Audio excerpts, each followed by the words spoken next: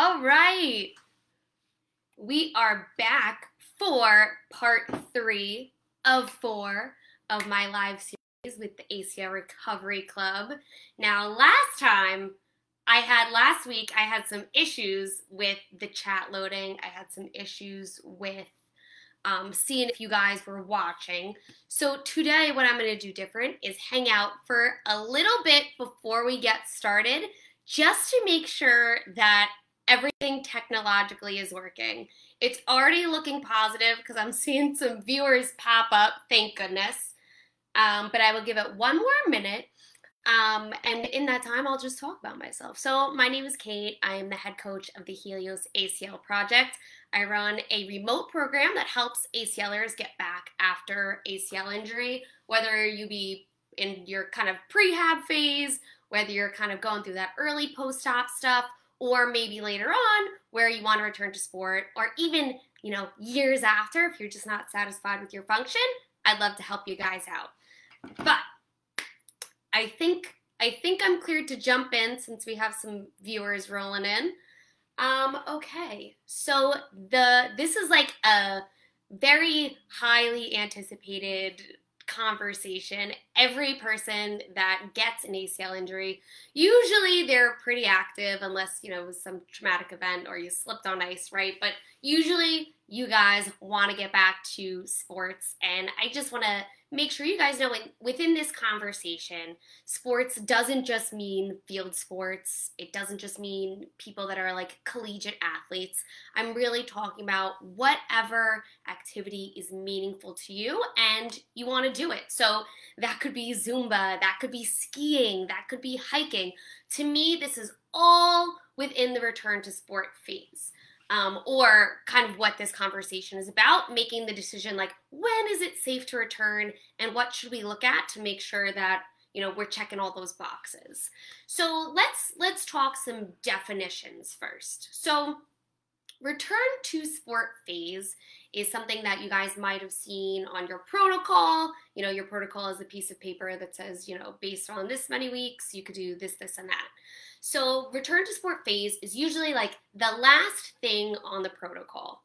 So for me, this phase starts right after you start to be able to run and builds up all the way until you can do your goal activity. But good rehab and recovery can't stop there. So there's kind of 2 phases within this. So there's return to sport phase, which is building up to that activity. And then there is return to performance, which is once you get back to that activity, getting back to your peak performance within whatever your goal activity is. So if it's soccer, that means, maybe you're cleared to start your non-contact stuff. You even might be playing in scrimmages, and you don't feel like the athlete that you are just yet. That to me is all return to performance. Rehab should not just stop once you get to your sport, because usually there's some other things we need to work on to completely close the loop on your performance and your recovery. Okay, so I feel like if there's any questions on what these terms mean, please drop them below because I'm happy to elaborate. Now, I think that when it comes to making the return to sport decision, before we start to talk about what criteria you have to hit, we should talk about what does it really mean? And I think it's pretty much universal amongst ACL athletes, people that are super active, is that they think it's this really, or should be this like concrete decision, and really there's a lot of gray area. So I think that's important to touch on, just like how these decisions are really made, because there's a lot of misconceptions about this. When it comes to making the decision to go back to your sport, we have to factor in a couple different things. So first and foremost, we want to factor in your tissue quality. Are you strong enough? Do you have, enough resilience in your joints to get back to whatever your meaningful activity is? So those are kind of like physical attributes. Then we have, is this person mentally ready yet? Because that's a very big piece of this too. Then we have the context of their situation. So to give you an example, let's say, are they a high school athlete that, this is their last opportunity to play at this level and they have some deadline they're trying to get back to? we have to think about who are all the important players in this, right? Yes, there's the person themselves. Then let's say if you're a younger athlete, maybe your parents, play some role in that decision, your coaches, your surgeon, your physio or ACL coach. So there's a lot of players that all are working together to help you make the wisest decision as possible. Because really what it comes down to is that the risk of ACL re-tear is never 0%. And it would be really cool if it was.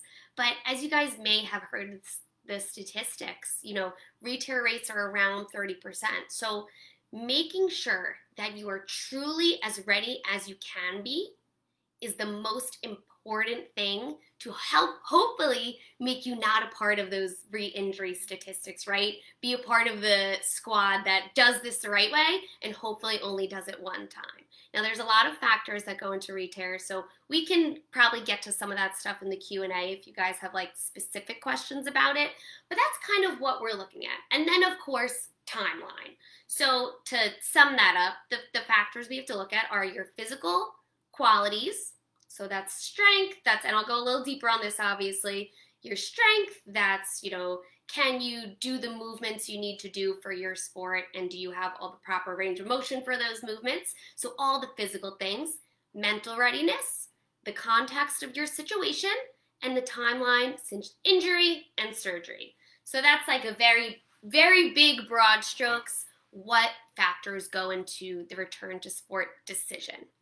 Now, I think that, going through your return to sport phase, your sport should always be in mind. And I truly believe this should start way earlier in rehab. So once you start running, if running is one of the things that are important to you, right, to play your sport, that's kind of when the return to sport phase starts. So this is kind of like you're breaking out of that mid-stage slump when your progress is slow and moving on to some higher level stuff. Now, that could mean a couple different things. So like I'm going to use some field sport examples because I feel like they're the most people know about them. And we can kind of go into some funkier sports too later on in this talk. So when we're getting someone geared up for a field sport, we want to make sure we're looking at everything that their sport includes. So let's go through lacrosse, for example, right? So I know this person is going to need to be able to pivot off of one foot when they're changing directions quickly, trying to dodge a defender, that type of stuff. I know they need to have their power back in their legs because that's how we sprint really fast. I know that they're going to need to change directions quickly, so not just pivoting. They need to be able to go forward, backward, lunge, side to side. So there's a lot of lateral motions involved in lacrosse. And they need, really importantly, to be able to use their quad, use their leg when they're not looking at it. Because that is like one of the biggest things that are missed in ACL rehab is that you guys get so focused on like, what is my knee doing, that you never learn how to dual task, look at the field and have your knee do what it's supposed to be doing. And that is one of the biggest things that, overall in ACL rehab, we all need to get better at as clinicians. And my goal today is to educate you guys, like, what should I be looking for in my return to sport phase, right? Like, what does that even mean? And I think a lot of people have this misconception that they'll, like, do their testing and then just, like, go back to the sport. And it really should be this like big crescendo, this big buildup, almost like you're climbing each step of the metaphorical return to sports stairs.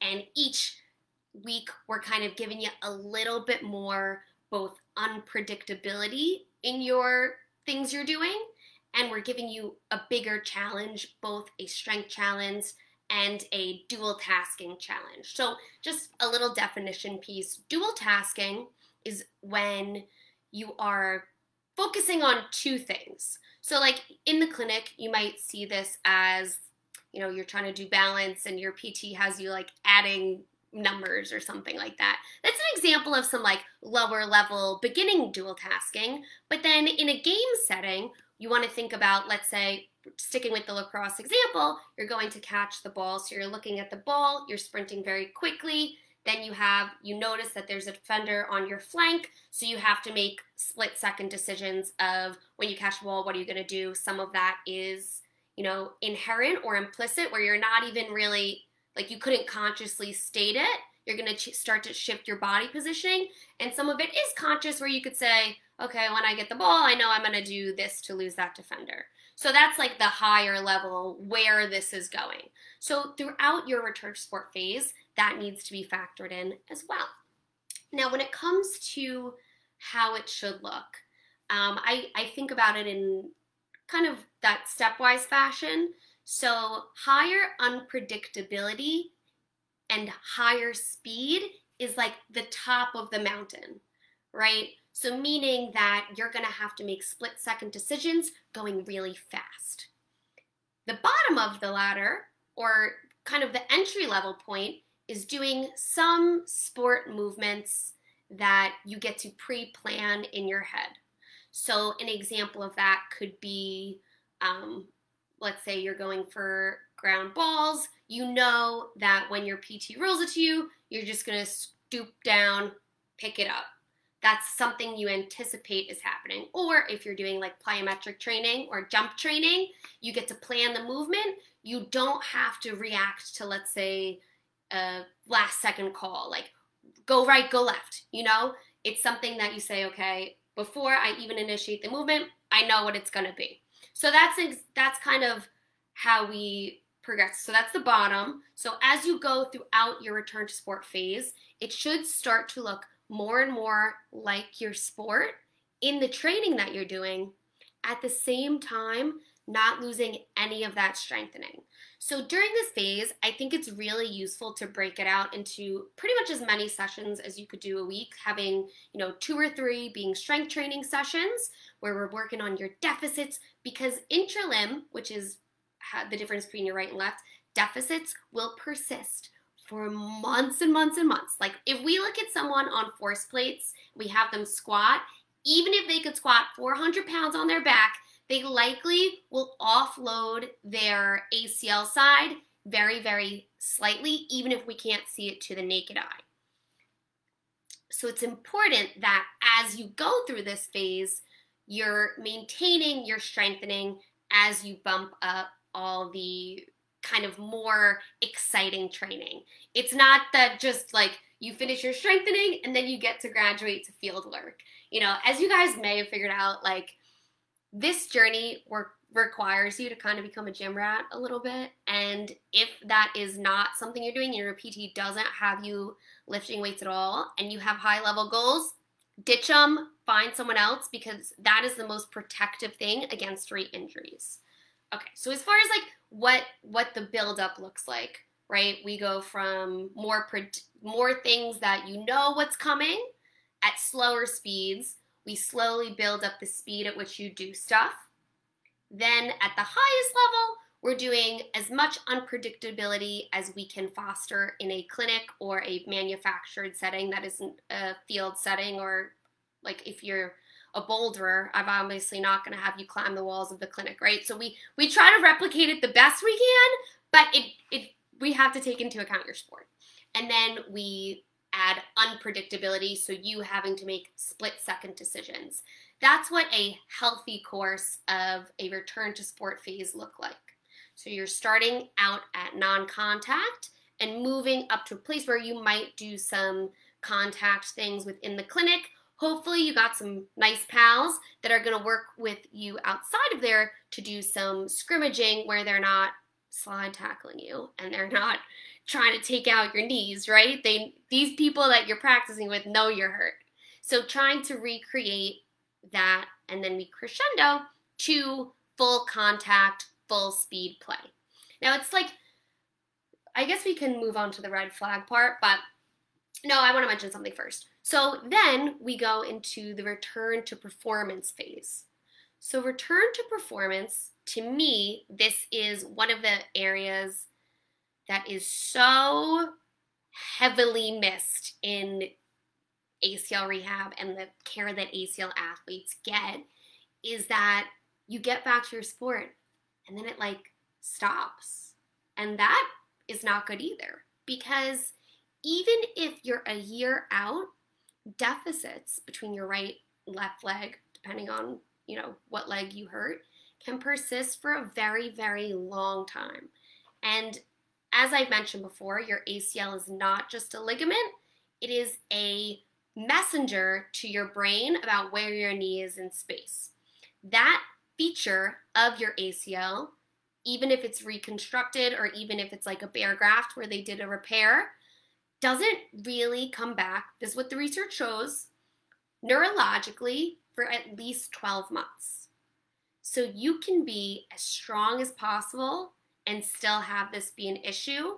And we notice that some of, like when we look at functional MRIs of the brain, that actually your brain mapping changes in relation to your knee. So what that really means is from your knee to your brain, the communication it gets deaded. There's not much going back and forth.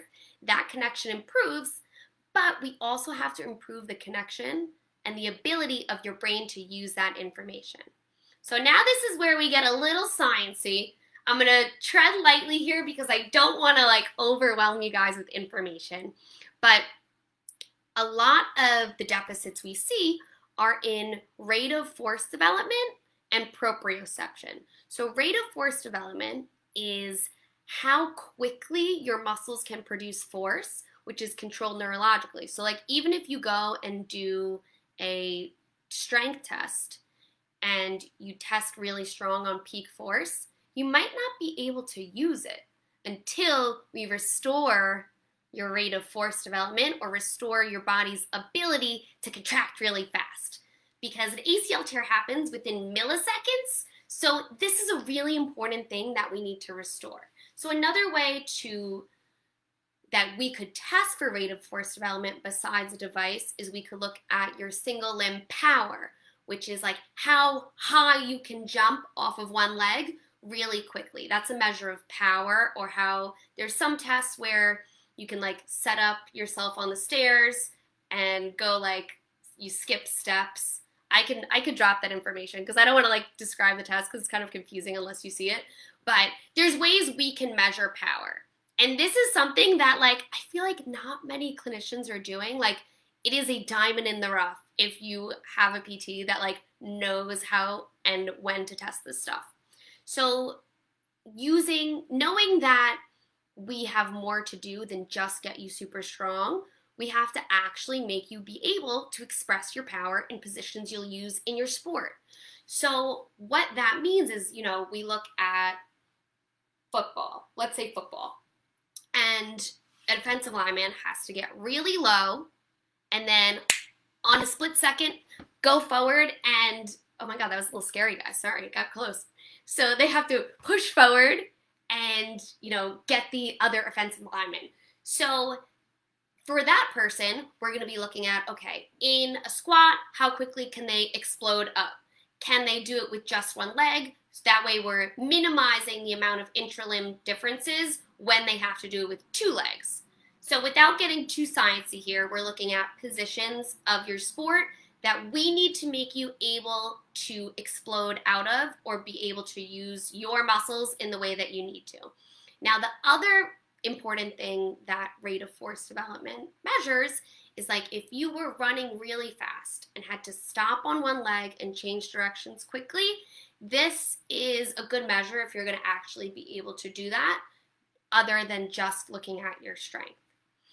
So as we go through, we get to a place where you can return to sports, we need to make sure that in order for you to feel at your peak performance and be as safe as possible, that we're continuing to do training that is both strength training and power-based training.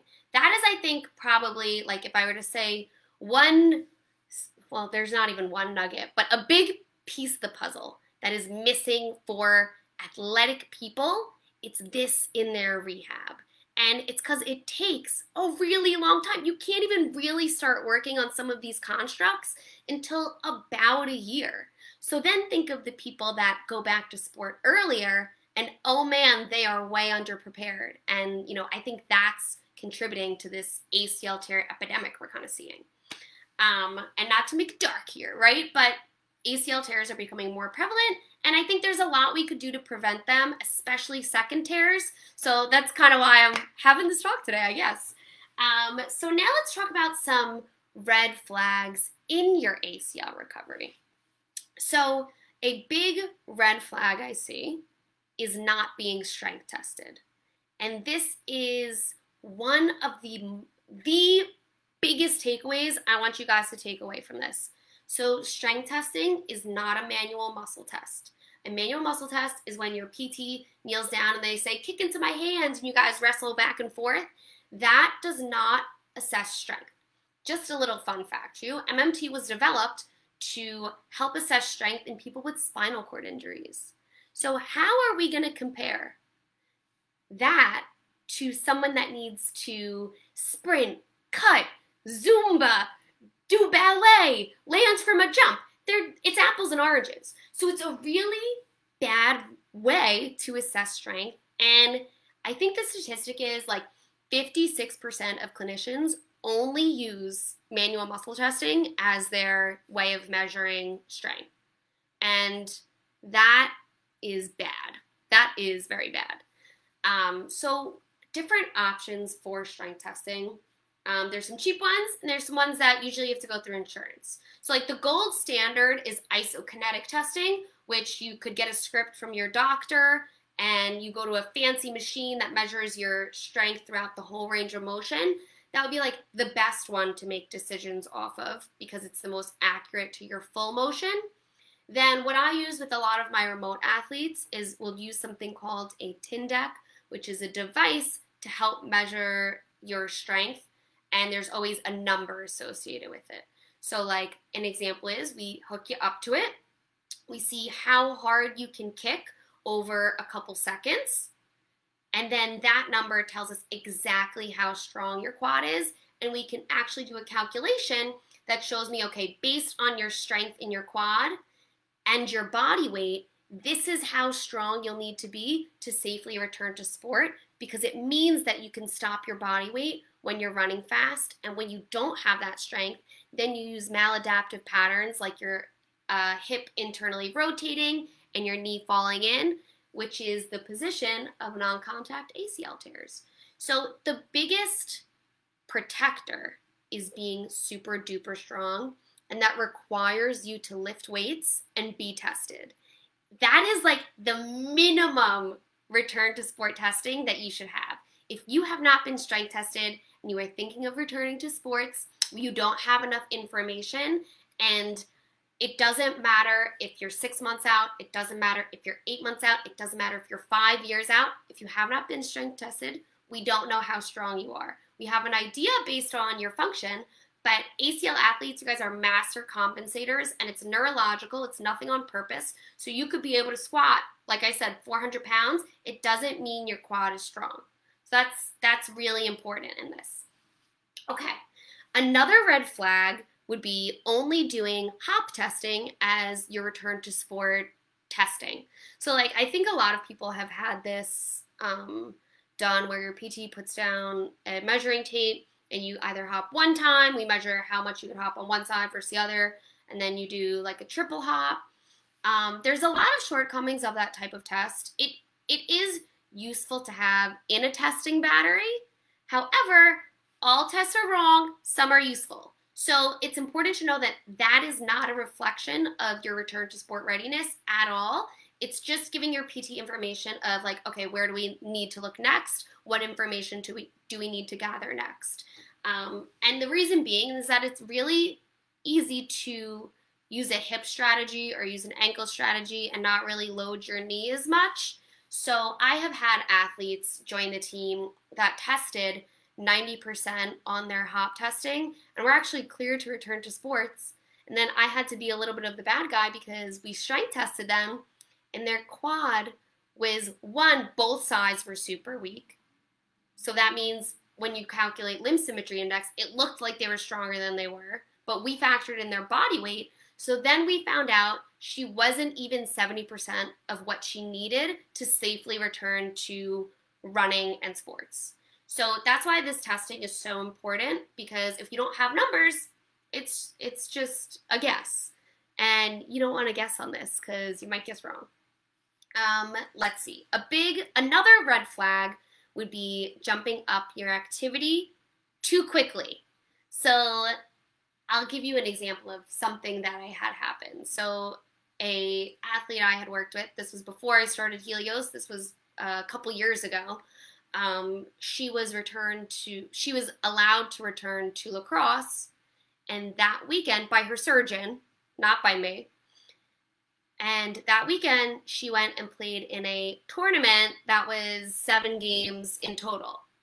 That is way too much for your body. Not only could you have some knee pain from that, but this recovery is very much a neurological process. So you have to step it up slowly to let your body catch up. Let your knee catch up. Let your nervous system catch up. You want to do this one time.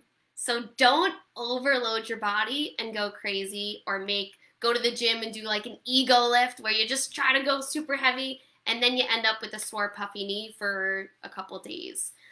So luckily for her, nothing happened in the end that was catastrophic, but her knee swelled up. We had to go back to the drawing board and get her strong again, and it really delayed her full return to performance later on. Now, just you guys just want to note, as far as timeline, the biggest red flag is returning to sports before 9 months. And the statistics are that if you return to sport before 9 months, your risk of re-injury goes up 7 times. 7 times! That is too high of a risk, right? So the reason this is, and even if you get super strong, the risk doesn't go down. Because remember what I was talking about, how there's a lot of neurological stuff going on behind the scenes, and your ACL, or the ACL they put in, doesn't learn to send messages before really 12 months. The statistics are, if you go back too early, the risk of re-injury is more. And that's because of, we think, that neurological piece. So people can test really, really strong, and if they go back before 9 months, it's no bingo.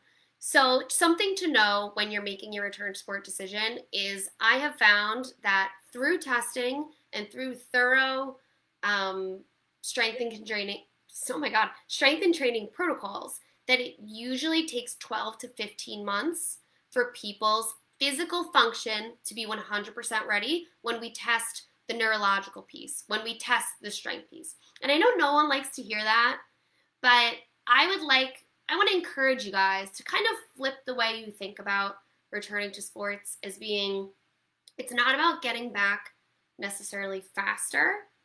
It's about, I want to be able to say that in 2 years, I didn't have a re-tear. I want to go the distance.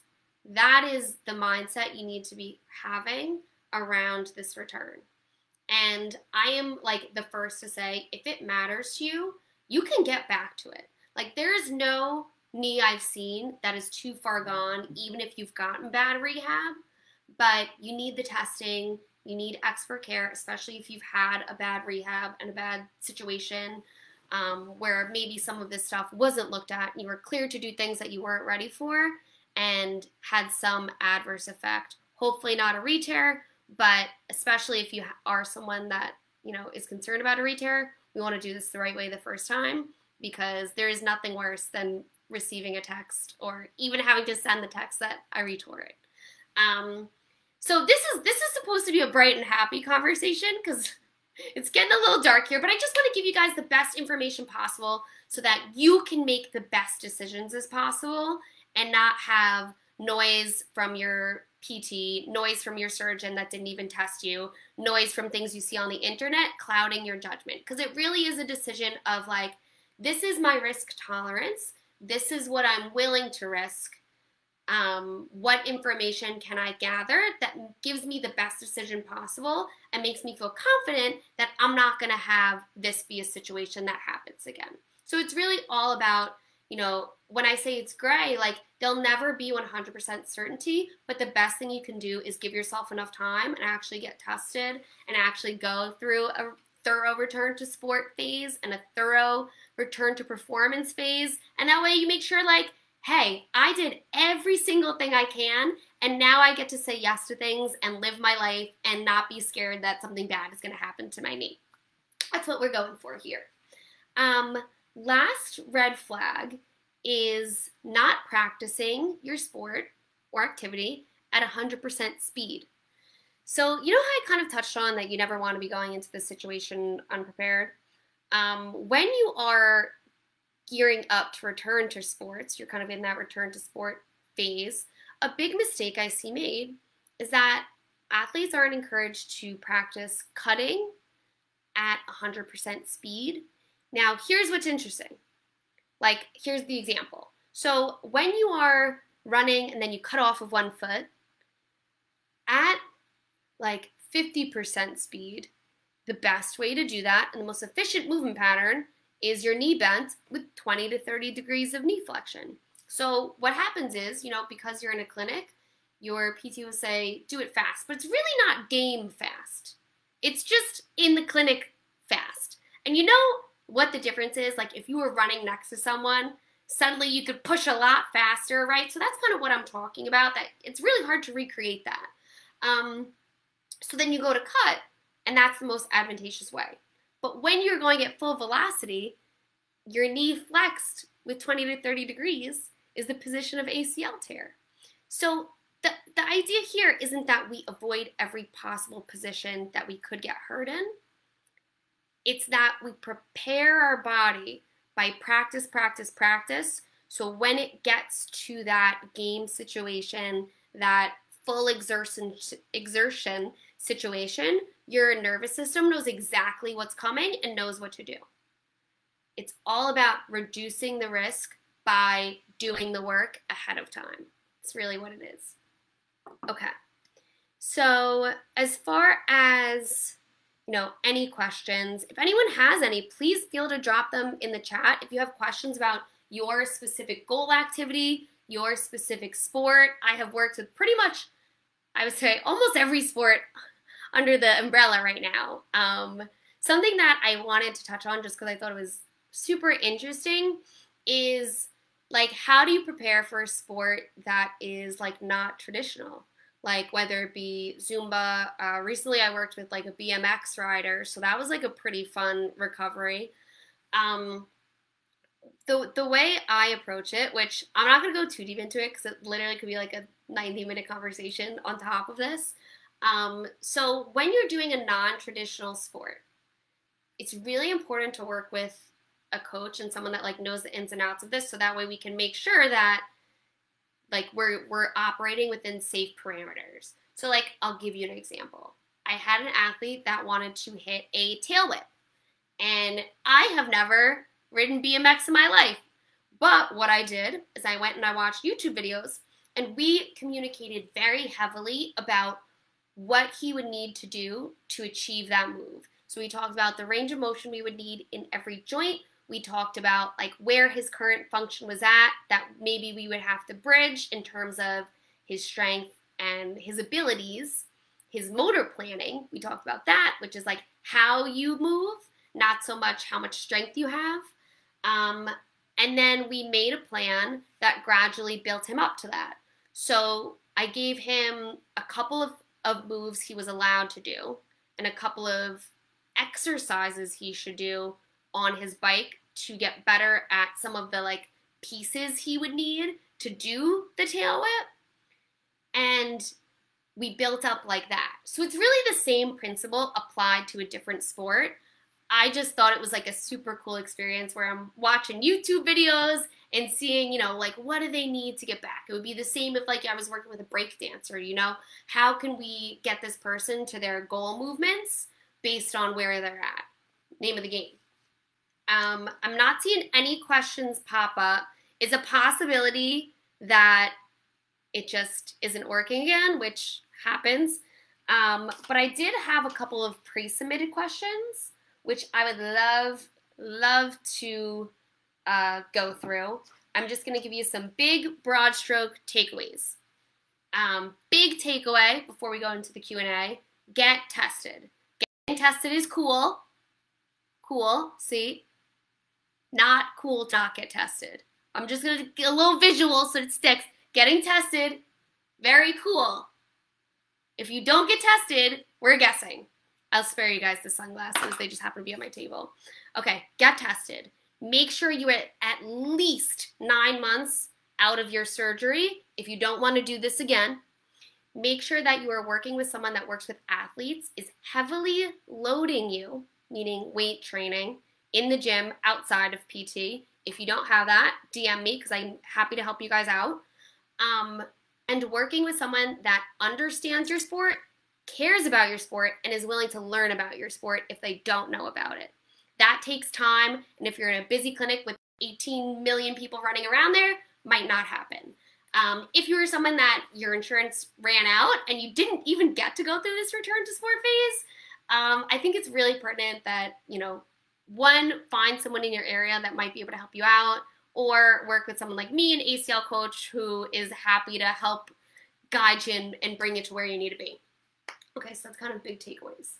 Okay, I think I didn't miss anything. Yeah, I didn't. Okay, so can I go back to sports sooner if I am super strong? The answer for this one is no. Now, there are some cases where people have the information they have, maybe they're 6 months out or so, and they decide because of their context of their situation, they don't care. And at the end of the day, I can't make anyone do anything. My goal is to just give you the best information possible and keep you safe.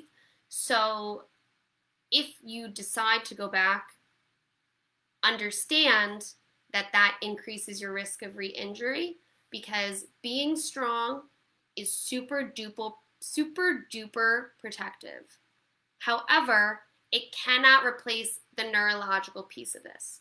Based on the statistics, 9 months is the threshold when your rate of re-injury goes down. Statistically, looking at everyone who has had ACL tears, I think the stats were from the US, but I'm sure they're pretty similar worldwide. So the answer to that is no, unless you want to do this again, in which case I can't stop you. If I am afraid to return to my sport, what do I do?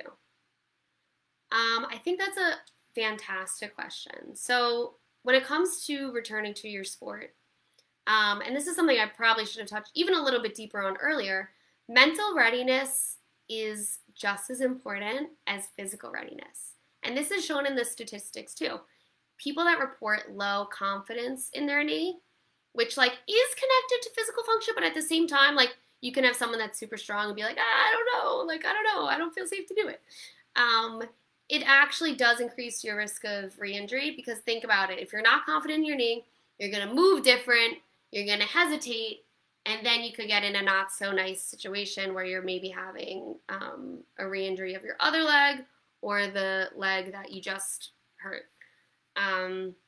So if you're not ready, I actually did a talk on mental agility in this group before, but we could kind of briefly touch upon it again. So just like your physical skills, you can practice your mental skills. You can practice your mental game.